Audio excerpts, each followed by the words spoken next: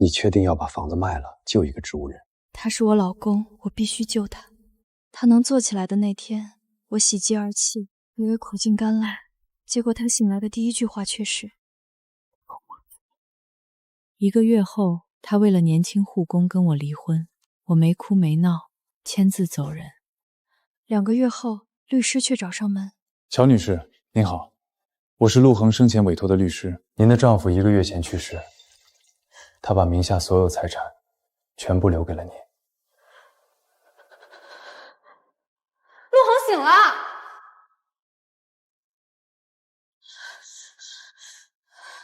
陆恒，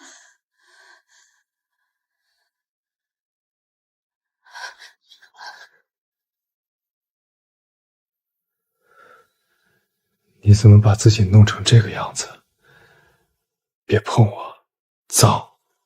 这是他昏迷3年，醒来对我说的第一句话，不是谢谢，不是心疼，是脏。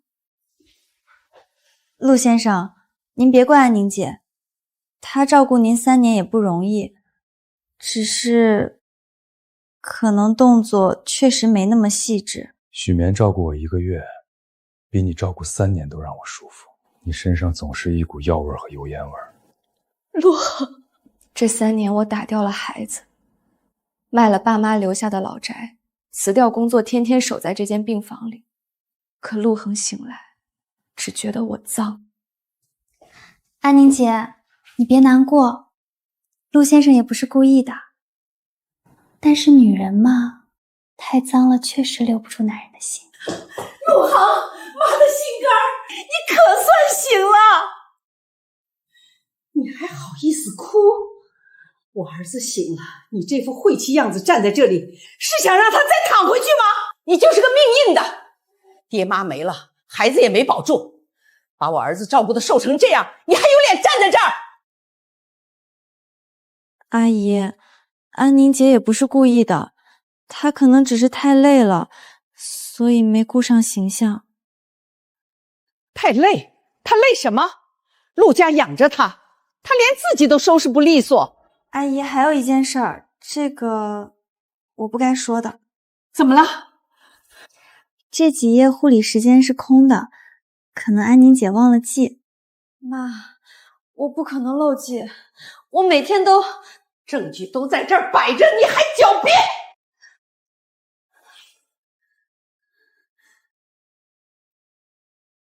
我说我儿子怎么瘦成这样，原来你天天偷懒。陆恒，你信我，我每天都……难怪我醒来浑身难受。陆恒，我照顾了你3年，你怎么能……够了，你一哭我就头疼。陆恒醒来的那一天，不是我苦尽甘来的日子，是我这段婚姻彻底死掉的日子。走了才好，晦气。乔安宁，够了。这里面有5万，这3年你也辛苦了，拿着钱走吧。以后陆恒有许眠照顾，不需要你了。5万？嫌少？乔安宁，你别忘了，你当初嫁进陆家本来就是高攀，我们陆家没让你倒赔，已经够仁慈了。我早就知道会有这一天，只是没想到他连面对面跟我说清楚的勇气都没有。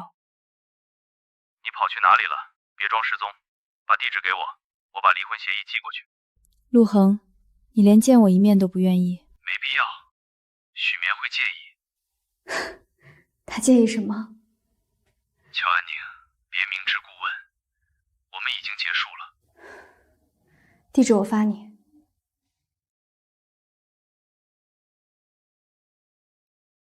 到付18块。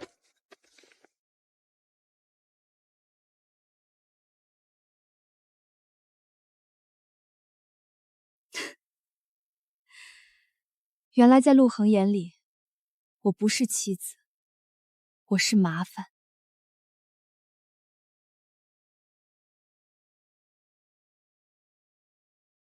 乔安宁，你写那5个字什么意思？你是不是还想闹？字面意思。当年是你追的我，你卖房照顾我，也不过是赌我醒来以后会感激你。现在赌输了就别装委屈。以前他会在下雨天给我送伞，会把香菜挑走，会说乔安宁，我这辈子都不会让你输。现在他说我赌输了。陆恒，我不是输了，我是不要你了。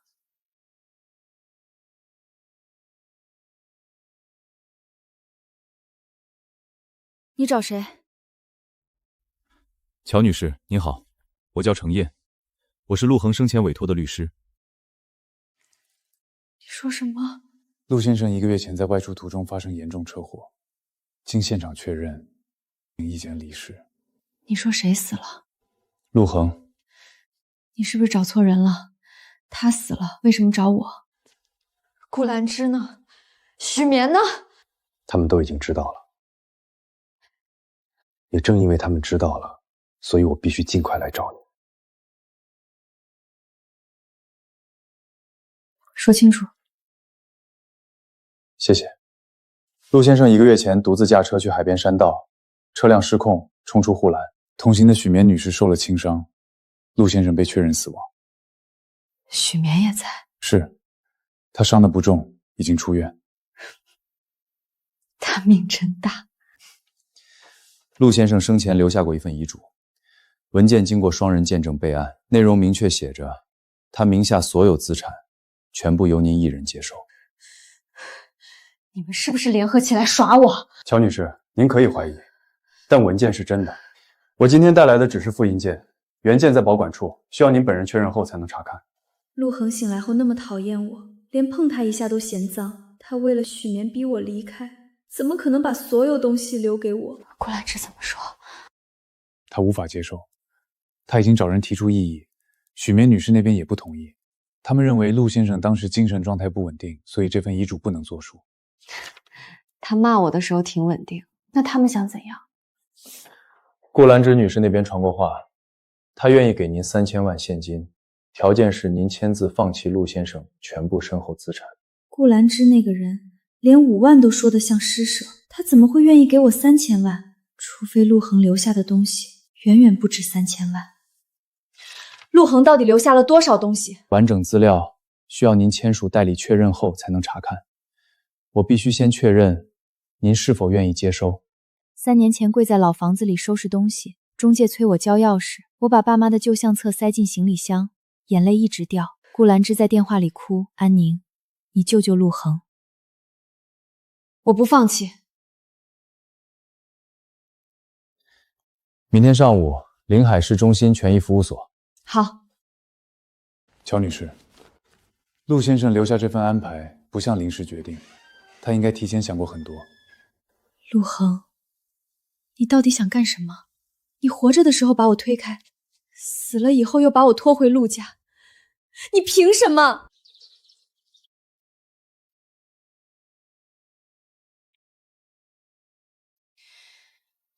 乔安宁，别怕，这一次不能再让他们说了算。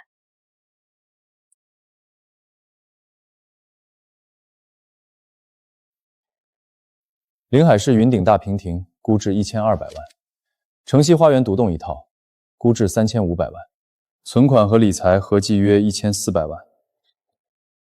兰州集团核心份额15%，估值大概5000万。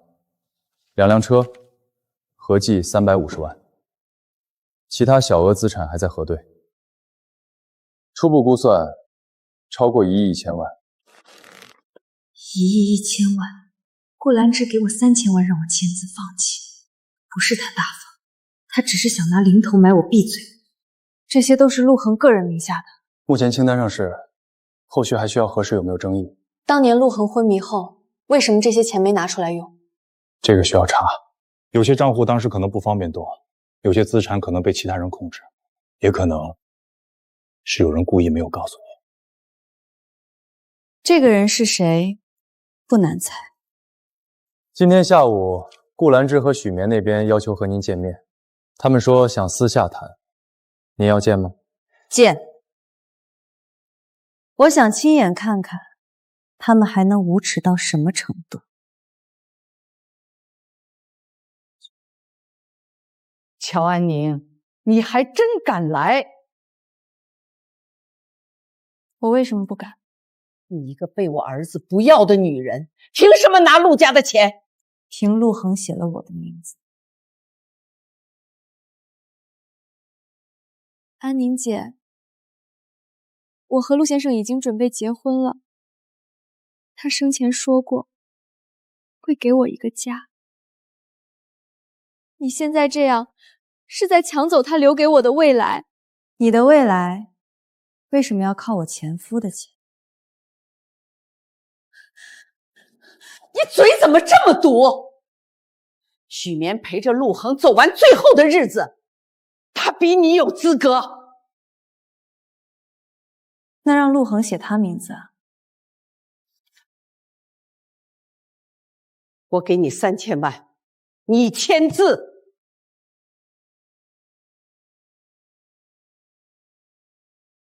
这是给人签的。乔安宁，你别不识好歹，3000万够你过几辈子。这3000万我不要，这份声明我也不会签。你吞得下这个1亿吗？你不怕遭报应？我吞不下你们的恶心，但陆恒留给我的东西就是我的，谁也别想抢走。乔安妮，你别得意，你一个没背景、没本事的女人，拿了也守不住。安宁姐，你何必呢？不装柔弱了。我只是提醒你，陆先生如果还在，不会允许你这样欺负我。那你去问他。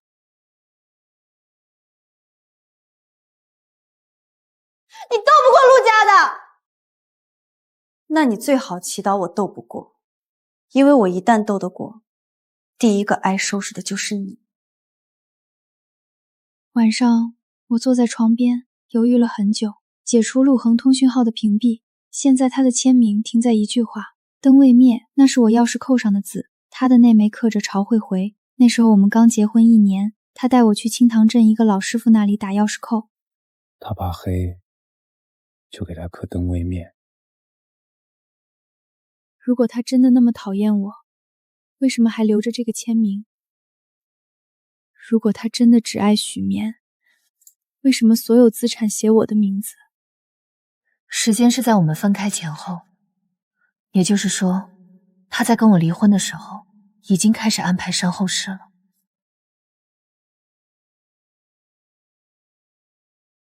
顾兰芝联系了云顶大平层物业，他说您不是陆家人，不允许您进入。那房子不是在清单上？是，所以我们现在过去。不好意思，乔女士，系统里没有您的进入权限。何夜，陆太太说了，不能让她进去。哪个陆太太？陆恒已经离世，我才是接收人。你口中的陆太太是顾兰芝还是许眠？请联系你们负责人，如果继续阻拦，我们会投诉。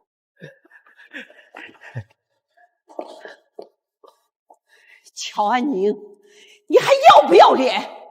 我儿子刚死，你就迫不及待来抢房子。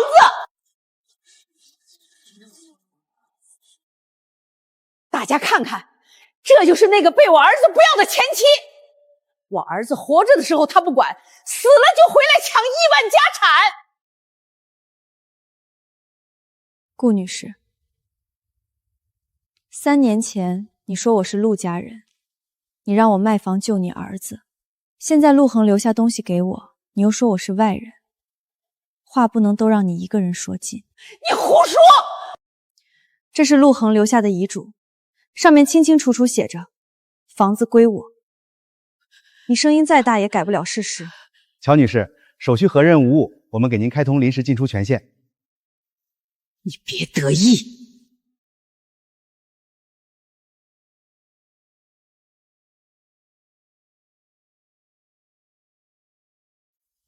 大概是给许眠留的，还没来得及挂上，人就没了。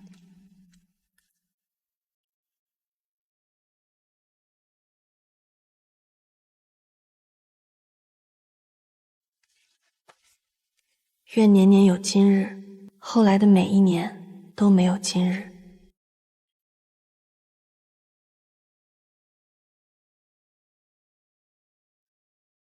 陆恒，你到底还藏了什么？小帆，那是我们给没出生的孩子取的小名。那年我刚查出怀孕，陆言高兴的半夜睡不着，趴在我肚子上听。他说孩子叫小帆吧，有帆就能出海。后来他出了车祸，我签了手术单，孩子没了。这个名字再没人提过，我以为只有我一个人还记得。乔女士，物品清单核对完了。在书房，你等我一下。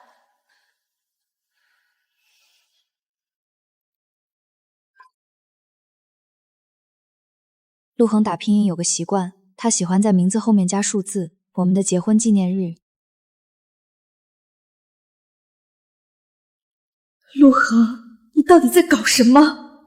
你在病房里嫌我脏，在电话里说我赌输了，急着娶别人。可你的电脑密码是我们领证的日子，你的文件密码是我们孩子的名字加结婚纪念日。一个人到底得多分裂，才能做出这两种事儿？怎么了？这是陆恒留下的。这台电脑之前没人动过。动不了，密码只有我能猜出来。乔女士，这些东西您先别外传，一个字都别提，对顾兰芝不能提，对许眠更不能提。看完记得备份，备份的东西交给我保管一份。你觉得这里面有大问题？陆恒把这些藏得这么深，说明一件事：他信不过身边任何人，护工信不过，亲戚信不过，连他亲妈可能都信不过。不是我记错了，是真的有人换过夜。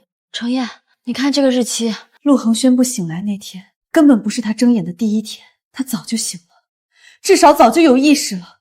他躺在那张病床上，听着我给他读新闻，看着我给他翻身、擦身、换护理垫，闻着我身上他后来嫌弃的药味和油烟味儿。他全都知道，却装了整整2个月的植物人。一个人装2个月植物人，到底是因为什么？我不知道，但我今晚要把这些东西全看完。天黑了，您要不要先回去？我今晚就在这儿看，看不完我不走。我在客厅等您，有事叫我。今天是我恢复意识的第13天，我听见安宁在床边哭，她说：“陆恒，求你了，睁睁眼。”我没有睁眼，对不起。陆恒，我一个字一个字往下看，陆恒的日记从他恢复意识那天开始记，过了半个月，他能短暂控制眼皮和手指了。医生查房的时候，他故意压着，不让人发现。他本来没打算瞒，他本来打算等状态再好一点，第一个告诉我，给我一个惊喜。等我能开口，第一句话要说：“安宁，辛苦了。”可就在那几天，他听到了不该听的东西。许眠当着他的面给一个男人打了一个电话，叫他成荣哥。许眠说，陆恒名下的份额他已经打听清楚了，15%都在他个人名下。他又接着说，那个女人不足为惧，就是个卖了房的傻子，除了会伺候人什么都不会。许眠还说，放心，等他醒了，第一眼看到的必须是我。难怪他睁眼那天，许眠刚好坐在床边喂粥，难怪护理巾本刚好被换了页。那不是巧合，那是排练了2个月的戏，而我是那场戏里唯一不知情的傻子。我还傻乎乎的谢过他，我说许眠多亏有你，我能回去睡个整觉。他笑着说，安宁姐你太客气了。他以为我听不见，他说的越多，我越清楚他是谁派来的，也越清楚我不能醒，至少不能就这么醒过来。陆恒写，陆承硕这些年借着兰州集团的外包项目往外转钱，一个项目报价1000万，实际成本300万，中间700万进了陆承信控制的空壳公司。这样的项目，这3年不止5个。陆恒昏迷的3年里，没人压得住陆承耀，他的手越伸越长，而许眠就是他安在陆恒身边的一颗棋子。接近陆恒，影响他的判断，影响他的资产安排，最好能坐上陆太太的位置。原来许眠要的从来不是陆恒这个人，他要的是他身后的钱。不对，他恢复意识2个月了，知道许眠是谁的人，什么都知道。那他为什么还要当众那样羞辱我？除非那些话不是说给我听的，是说给许眠听的，说给躲在暗处的陆承奇听的，故意把我推开，故意演一场夫妻反目，让所有人相信乔安宁已经被抛弃了，让所有人相信我不重要，不用防。如果是这样，那后来的离婚，那些电话里的冷嘲热讽，那份写满侮辱条款的文件，全都是他在演戏。我不敢再往下想，文件列表拉到最底下了，还有最后一份文档没打开，文档名字就3个字：给安宁。安宁，对不起，我醒得太晚，知道的也太晚。等我能睁眼的时候，陆成英的手已经伸进兰州太深了。他控制着好几个项目，手里还捏着我昏迷期间别人替我签的一批文件。如果我贸然翻脸，他会反咬一口。他最可能动手的人不是我，是你。因为你是我的妻子，你卖了房，掏了80万，这笔钱在账面上说不清来路去向。他们可以把债务推给你，可以把脏水泼给你，可以让全临海的人指着你骂。你会被拖进泥潭，而我躺在床上护不住你。所以我做了一个决定，我要让所有人相信我厌恶你。病房里那些话是我这辈子说过最狠的话。我说你脏，我说许面比你好，每一个字说出口我都想抽自己。你伸手过来的时候我躲开了，那只手上全是裂口。我在床上躺了3年，那些裂口是怎么来的，我比谁都清楚。可我必须躲，许眠在看着，我妈在看着，陆承荣的眼线也在看着。只有你被我彻底抛弃，他们才会放过你。只有你离开临海，你才是安全的。原来每一句都是刀，刀口对着我，刀柄握在他自己手里。他一边捅我，一边捅他自己。我把名下所有东西都留给了你，这不是施舍，是我欠你的。你的孩子，你爸妈的房子，你的3年，我一辈子都还不清，只能先还这些。拿着钱离开临海，别管陆家的事，别管滦州，别管我，找个海边的小城过全新的生活。你值得比我好100倍的日子。别信陆家任何人，包括我妈，她不坏，但她耳根软，谁哭她信谁。若我回不来，就把灯留给自己。他是装的，病房里那些话全是装的。他为了把我推出去，把自己活成了一个混蛋。陆恒这个人心太狠，对别人狠，对自己更狠。他凭什么？他凭什么替我决定？他问过我卖房什么时候没怕过，我打掉孩子的时候没怕过，我一个人守着他3年也没怕过。他凭什么觉得我需要被这样保护？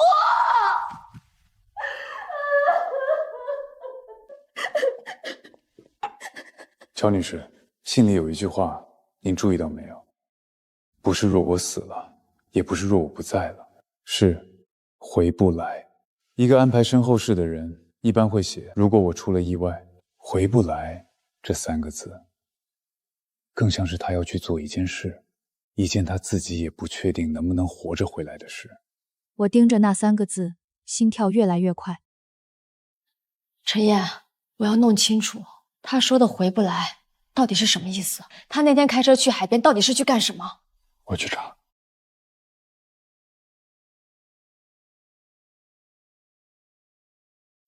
乔女士，我说实话，这不是感情纠纷了，这是兰州集团内部长期的利益侵占，时间跨度至少3年，涉及的钱可能上亿。那现在怎么办？先走流程。第一步，资产核研，把陆恒名下的份额和账目先固定下来。第2步，申请对兰州的相关项目做内部审查。第3步，查实一笔钱，追回来一笔。虽然有点慢，但能让对方赖不掉。陆恒装了2个月植物人都没掀桌子，被人在床边编排了2个月都没吭声，我也能忍。行。从今天起，这台电脑别带出门，别放酒店，别放出租屋，就锁在云顶大平层。好。当天下午麻烦就找上门了。乔女士，这张卡刷不了。顾兰芝申请了临时冻结，理由是资产归属存在争议。陆恒名下的几个生活账户暂时全都动不了。1亿1000万写在清单上，我连一笔管理费都付不出来。我马上提交解冻申请，但走完手续要时间，快则半个月，慢则更久。这段时间，房子的管理费、维修费、日常开销都得您自己先垫。一共多少？99000元。乔女士，还有一件事，陆先生名下这套房过去1年的费用一直拖欠着。今天上午，顾女士特意打电话来，让我们务必通知您，如果不缴清，车位和门禁使用会受限制。这笔可以先拖着，我去交涉，责任不一定在您。不拖。他就是想看我交不起，想看我在物业门口丢人，想让整个小区都知道接了1个亿的女人连物业费都掏不出来。我偏不给他看。刷。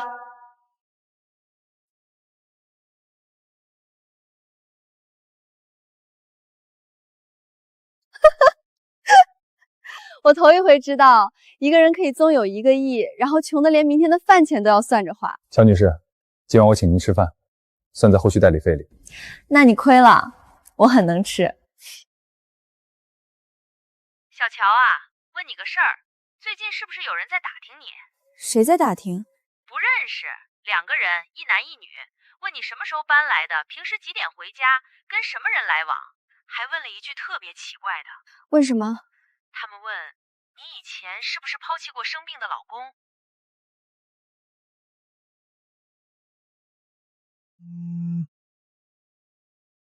乔女士，打开手机，别慌。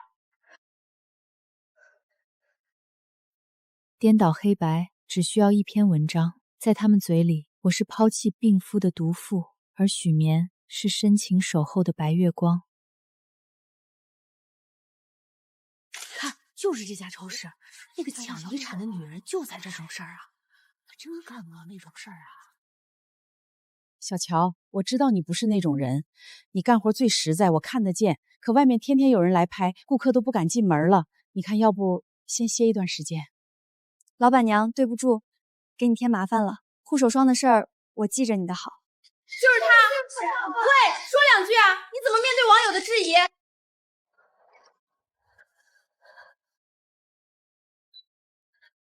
都看到了。看到了，乔女士，我知道您现在很想发声澄清，把缴费单晒出来，把3年的记录晒出来。对，我就是这么想的。我建议您忍住，因为您现在下场就是他们要的效果。您情绪一激动，说错1个字就会被剪出来反复传播，对方就等着您失控。给我1周，我来处理。好，我等。就是他吧，网上说的那个，看着不像坏人啊，人心隔肚皮哦，谁知道呢？陆恒，你让我拿着钱走，找个海边小城过安稳日子。可你看看，我账户被冻了，工作丢了，全网都在骂我。他们让我安稳吗？不让，那我也不走了。你留下的东西，我1分不让。你没查完的账，我替你查完。泼在我身上的脏水，我要他们一盆一盆自己端回去喝干净。乔女士，查到了，最早那篇稿子来自一个注册2年的小号，那个小号日常关注的全是护理培训和奢侈品。注册手机号的实际使用人许眠。还有呢？还有更实的，他给3个营销账号转过钱，时间就在稿子发出的前1天。转账记录我们全都拿到了。现在怎么办？直接找许眠对峙？不，对视没有用，他会哭，会耍赖，会说号被盗了，我们不给他表演的机会。材料分3份，1份交平台申请撤稿和处罚，1份交服务所作为名誉维护的依据，1份交资产核验组，证明他在资产争议期间恶意施压。好，总算。别急，这只是第1步，真正的好戏在后面。顾兰芝那边该看点东西了。你要给他看什么？资产流向摘要，许眠和陆成辽之间的转账往来时间跨度2年半。2年半？陆恒3年前才出的车祸。对，也就是说，陆恒出事后没几个月，许眠就跟陆成伦搭上了，比他进康养中心当护工还早。他不是碰巧被派来照顾陆恒的，他是冲着这份工作来的。原来从他走进病房的第1天起，就是局。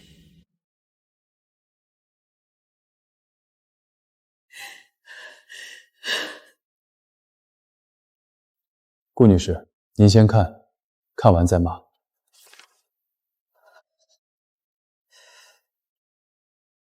这是真的。流水可以调，随时查验。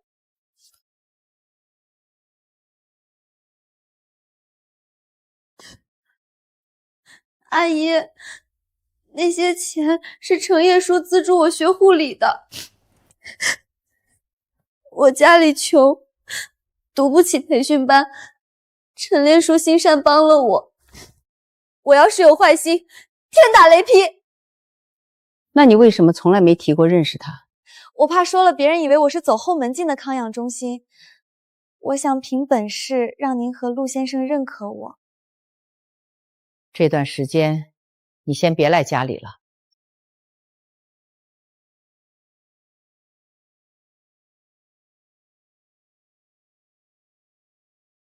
安宁姐，我知道你恨我，但我对陆先生是真心的，网上的事跟我没关系，你们别想栽赃我。你一个前妻，拿着不属于你的东西，晚上睡得着吗？许眠，我3年都熬过来了，你猜我现在还怕谁？他说：“程先生，年轻人路要看着走，有些账翻出来对谁都不好。乔女士一个女人家，拿着钱过日子多好，何必掺和公司的事？”这是警告。是，而且是很客气的警告。客气，说明他还没把我们当威胁。等他不客气的时候，才是真麻烦。您看完没有？陆承彦从头到尾没想要陆恒的命，他要的是3样东西：陆恒的资产安排，陆恒的婚姻选择，还有那15%的份额流向。许眠嫁给陆恒，份额早晚姓陆承军的陆。所以陆恒醒来后不敢翻脸。他一翻脸，陆承尧就会把昏迷期间那批文件全推出来，说是陆恒授意的，或者说是您经手的。您是妻子，卖过房，动过大钱，账目说不清，债务会扣您头上，脏水也会泼您身上。陆恒当时躺在床上，连下地都费劲，拿什么保您？心里那句话，你会被拖进泥潭，而我护不住你，原来不是一句空话，是他算过的。听说以前是超市理货员，他看得懂报表吗？陆总也是，什么人都往家里领。这位先生说的对，我以前是超市理货员，我确实看不太懂报表，但我看得懂人。笑我的这几位，等下发言的时候我会认真听，听听你们管的项目去年赚了多少，亏了多少。各位，我先声明，我们对乔女士本人没有意见，但公司经营讲的是专业。乔女士没有任何管理经验，没有任何行业背景，让她参与经营决策，对全体员工不负责，对市场不负责。我提议，乔女士只保留份额收益权，经营管理事务由程金总暂代。安宁啊，叔知道你不容易，陆恒走了，留下这么大摊子，压在你一个女人身上，叔看着都心疼。你把经营交给叔，分红1分不少你的，安安心心当个富家太太，不好吗？陆叔，谢谢关心。我先承认3件事：第一，我不懂经营；第二，我看不懂复杂的报表；第三，在座的每一位专业上都比我强。但我不懂，不代表我要装懂。我不懂，所以我会请懂的人。外部顾问、专业团队、行业专家，该请的我都会请。我只做一件事儿，盯着。我至少知道一点，陆恒不会希望把兰州交给正在掏空他的人。乔女士，你这话什么意思？你血口喷人！我没有点任何人的名字。谭总监，你急什么？安宁，话可不能乱说，空口无凭是要负责任的。各位，既然大家都关心公司经营的规范问题，我代表份额接收人提一个正式建议，启动内部账目复查，不针对任何人，只查3样东西：项目、合同、资金流，近3年的全部过一遍。查完了，谁干净谁不干净，仗自己说说话。如果各位都问心无愧，应该没人反对吧？程荣总，您的意见呢？当然可以查，公司的钱本来就该清清楚楚。小姑娘，陆恒没斗过我，你觉得你行？陆叔，你说错了一件事，陆恒不是没斗过你，他只是还没斗完。乔女士，麻烦大了，3个主要供应商同时上门催款，加起来4000多万，要求1周内结清。合同不是约定季度结算吗？合同里有提前催款条款，正常情况下没人用，现在有人挑动他们一起用。还不止这个，4个合作项目昨天下午集体发函说要暂停合作，理由五花八门，核心就一句话：对兰州目前的管理层没信心。陆成令干的。查不到他的手印，但那3家供应商有2家的老板跟他打了20年高尔夫，那4个项目的对接人全是廷总监的人。公司账上还有多少钱？供应商的钱要是全付了，这个月的工资就发不出来。人心散了，谣言四起，客户跑路，公司就真完了。到时候陆承哲站出来收拾这残局，名正言顺。我马上过去。工资到底发不发？说错了没发？听不到公司账上没钱了，让管理层来给个说法。天啊，天哥，上方也说，都是那个女人来了才出的事儿。一个理货员接管上市公司，能不出事儿吗？要不要先从后门上楼，等情绪平息了再说？不，我从他们中间走过去。他来了，就是他。各位，我是乔安宁，陆恒份额的接收人。大家想问的我知道，工资我不讲空话，就说3件事儿。第一件，这个月工资优先发放，1分不少，1天不晚。账上的钱不够，我用陆恒留给我的钱垫。说的好听，钱呢？今天下午财务就走流程，转账记录明天贴在公告栏，谁没收到工资，直接来找我。我办公室在26楼，门不锁。第二件，那几个突然要暂停的项目先停，有争议的合同先动，不让公司再往外白白留1分钱。第三件，今天起引入临时财务托管小组，外面请的专业团队，不归任何管理层管，3天之内给全公司一个完整的资金安排。到时候公司还有多少钱，欠多少钱，能撑多久，白纸黑字全体可查。我知道你们中间有人在说，我以前是超市理货员。对，我是。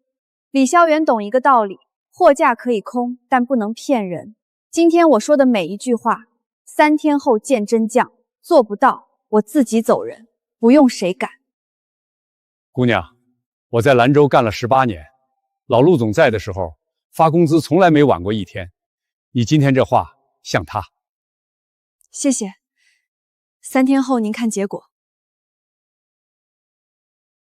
3天后，资金安排贴了出来，工资全额到账，托管小组的报告一页一页贴在公告栏。公司大厅里再没人聚集。从那天起，我搬进了26楼的办公室，不是陆恒原来那间，我用旁边的小间，他那间我锁上了。乔总不是要参与经营吗？这几个项目最需要决策，就交给乔总了。我们相信乔总的能力。可以，给我1个月。这几个项目专业团队接手都头疼，他们这是把刀递给您，让您自己捅自己。刀递过来了，不接是怕，接了，刀柄就在我手里。请外部顾问3个团队分头进场，要求就一句话，别管人情，别管背景，只看账。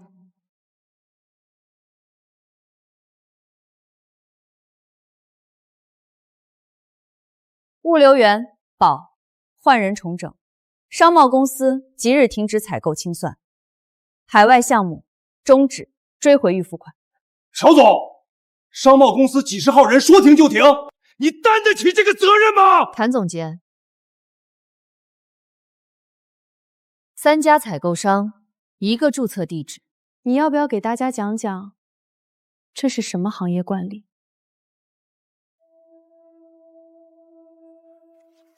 乔总，我不会让您失望。别让公司失望就行。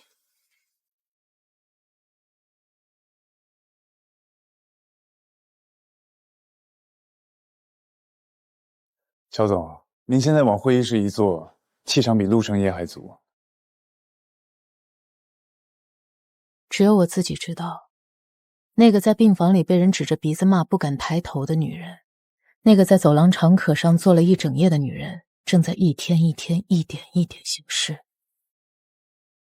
乔总，托管小组的阶段性报告快出来了，这一次查到的东西直指陆成威本人。报告是谁授意做的？动机不纯，这是新来的人排除异己。程荣总，河源组是外部团队，全程独立，每一笔账都有原始凭证。您要是觉得冤，可以逐条反驳。第一笔，3年前4月云仓项目报价1100万，实际成本380万，差额去向明州恒盛公司。这家公司的注册人是您夫人的表弟，您反驳吧。我将追回的第一笔资金投进智能制造项目。乔总，恭喜！从接手到今天5个多月，换成任何一个职业监理人都不一定做得比您好。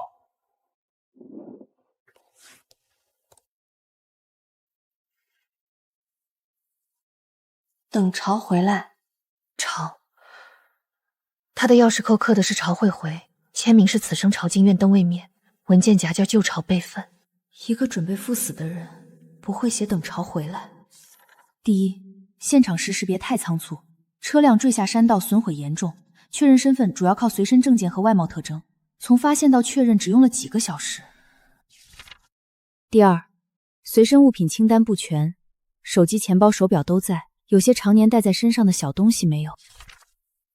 第三，最奇怪的，陆恒车祸前1周，康养中心的转运记录里有整整3天是断肠的。那3天他去了哪里？记录为什么是空的？乔总，这么早？查陆恒到底死没死？乔总，您知道自己在说什么吗？我知道，听起来很疯，但你先看完这3个疑点，再说我疯不疯。单看一条都能解释，识别仓促可以说是家属要求尽快处理，物品缺失可以说是散落现场，记录断钢可以说是交接疏漏，但3条凑在一起就不正常了。所以我要查。我托人调车祸卷宗的完整副本，走正规查询，不惊动任何人。第一个，牙，陆恒早年打球磕掉过1颗牙，做过种植，种植牙里有金属体，任何检查都躲不过去。可卷宗里的记录干干净净，没有任何关于生殖牙的描述。要么记录漏了，要么那具遗体根本不是陆岩。第二个，钥匙扣，随身物品清单里手机、钱包、证件、手表都在，唯独没有那枚银色钥匙扣。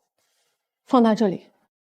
是那枚结婚1周年，青塘镇老师傅的银铺，他刻朝会回，我刻灯未灭。他说你记着就行，我记着，记到今天。乔总，我理一下逻辑，如果陆恒死在车里，钥匙扣在缝隙里正常，但清单上没登记他，说明现场的人没发现他，没发现他就一直留在车里，这说明什么？说明他是被故意留下的，留给会找他的人，留给认识这3个字的人。全世界认识这3个字的，只有我。再加上除植牙的记录空白，再加上转运断档的3天，再加上假期表上那句等朝回来，乔总，我现在有70%把握，陆恒可能没死。如果他活着，那我这半年算什么？我在物业大堂被他妈指着骂的时候，他在哪儿？我被全网骂成毒妇的时候，他在哪儿？我一个人站在几百个员工面前发抖的时候，他在哪儿？接下来怎么办？要不要把疑点提交上去，申请重新核验？不，如果他是被人追杀才假死脱身，我们一声张就是害他；如果他是自己安排的，那他一定留了路。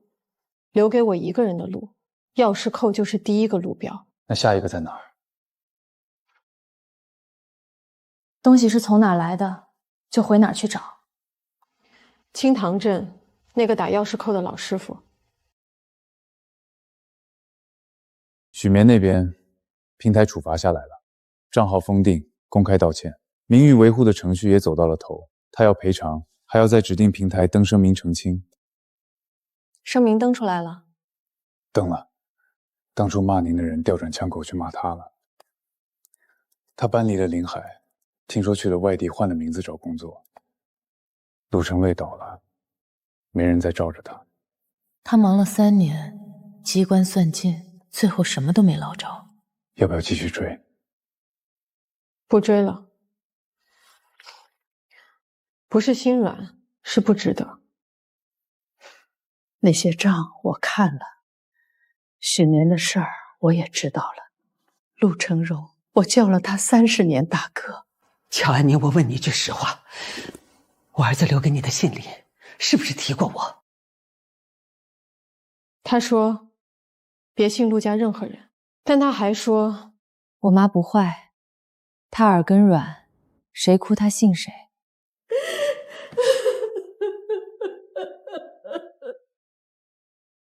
这3年委屈你了，还有病房里那些话。顾女士，过去的事我不想再提。鹿晗的份额和资产该是我的，我拿。您的养老我会按鹿晗的意思安排，不会短您一分。但婆媳咱们做不成了，做个不吵架的陌生人吧。安宁，你比我强。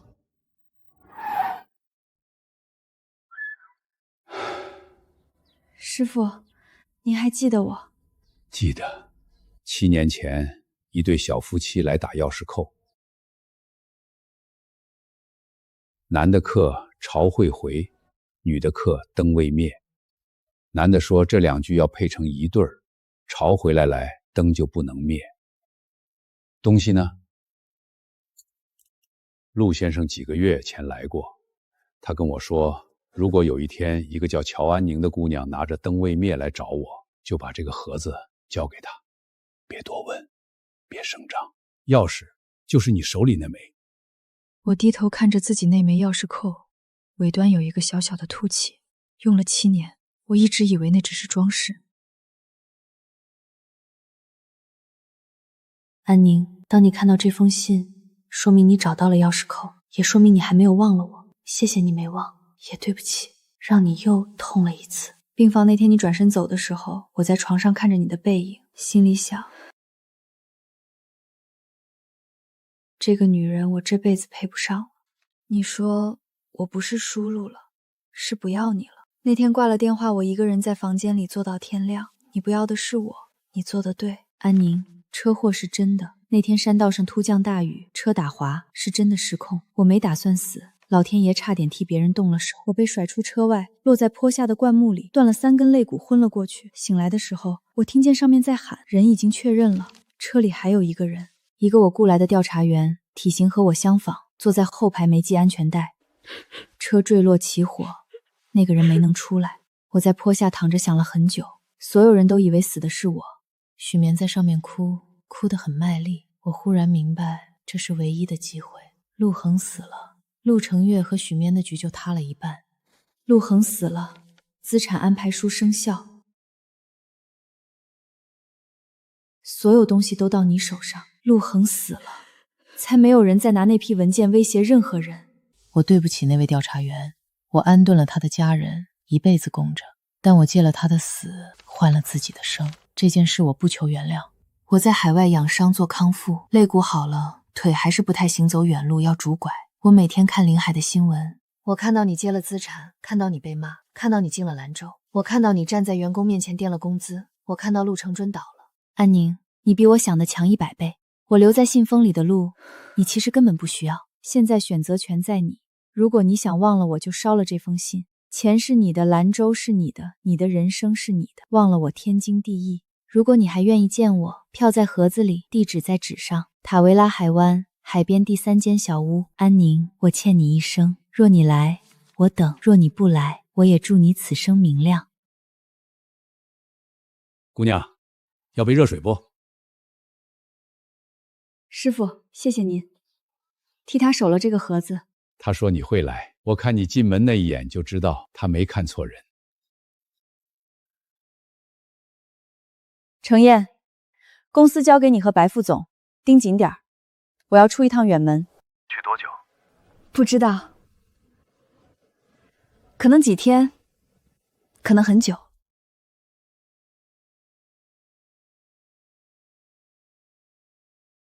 7年了，上一次光脚踩沙滩是和陆恒拍婚纱照那天，照片背面写着愿年年有今日，后来的每一年都没有今日。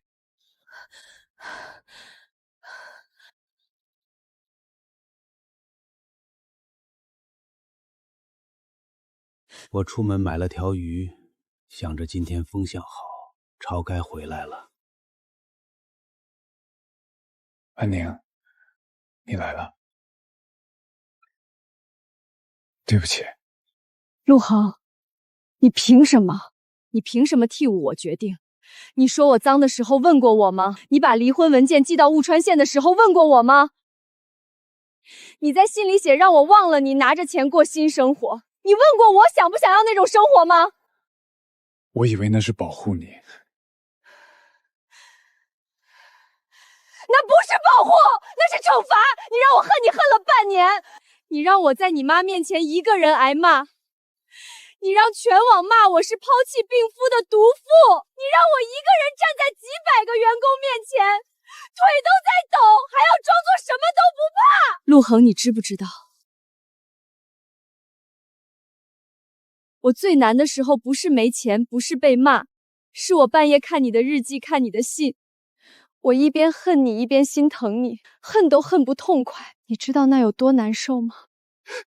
对不起，安宁，对不起，我错了。病房里每一个字我都想收回。这一年，我每天都在这块板子前站着看你的新闻。你被骂的那几天，我买了回临海的票，到机场了又退了。我怕我一露面，前面所有的局全白费，你会更危险。我不是不想回去，我是不敢。陆恒，你老实说，如果我没发现钥匙扣，没找到那封信，你是不是就一辈子不出现了？你过得好，我看着就够了。